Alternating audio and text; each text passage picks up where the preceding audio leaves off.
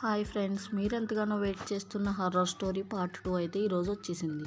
ఆకాష్కి తన గాయాలన్నీ నయమైపోతాయి. నయమైపోయిన తర్వాత ఒక పోలీస్ వచ్చి అతనితో మాట్లాడతాడు. జరిగిందంతా తెలుసుకుంటాడు. పోలీస్ యాక్సిడెంట్ జరిగిన కారు దగ్గరకు వెళ్తాడు. అక్కడ బ్యాక్ సీట్ లో ఒక లెటర్ అయితే ఉంటుంది. ఏంటిది అని తీసి ఓపెన్ చేసి చూస్తాడు. ఆ లెటర్ లో హాయ్ అర్జున్, నేను ఆకాష్ ని చంపేస్తాను అని రాసుంటుంది. పక్కనే ఒక పాత పడిపోయి నిల్లు ఉంటుంది. ఆ ఇంట్లో ఒక ముసలాయన కూర్చుని ఉంటాడు. అతని దగ్గరికి వెళ్లి, అయ్యా నా పేరు అర్జున్, నేను పోలీస్ని అని చెప్తాడు. అతనికి జరిగిందంతా చెబుతాడు.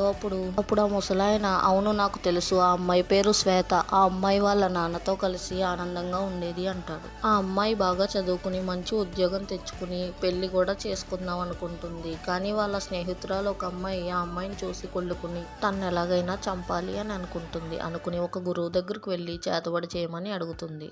తనకు సంబంధించిన వస్తువులన్నీ తీసుకెళ్లి చేతబడి చేయిస్తుంది.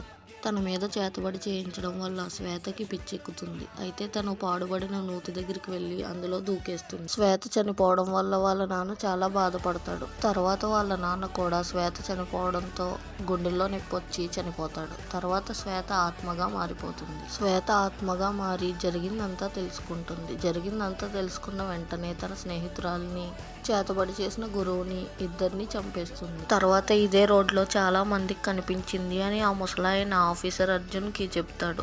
అర్జున్ కి తన ఉదయం చూసిన లెటర్ గుర్తొస్తుంది. అప్పుడు వెంటనే హాస్పిటల్కి వెళ్లి చూస్తే అక్కడ ఎవరు ఉండరు. తర్వాత ఆయన అదే రోడ్లో వెళ్తుంటే ఈసారి 2 ఆత్మలు కనిపిస్తాయి. అయితే ఆ 2 ఆత్మలు శ్వేత ఇంకా ఆకాష్. వీడియో నచ్చితే లైక్ చేయండి అండ్ మన ఛానల్ అయితే సబ్స్క్రైబ్ చేసుకోండి. బాయ్.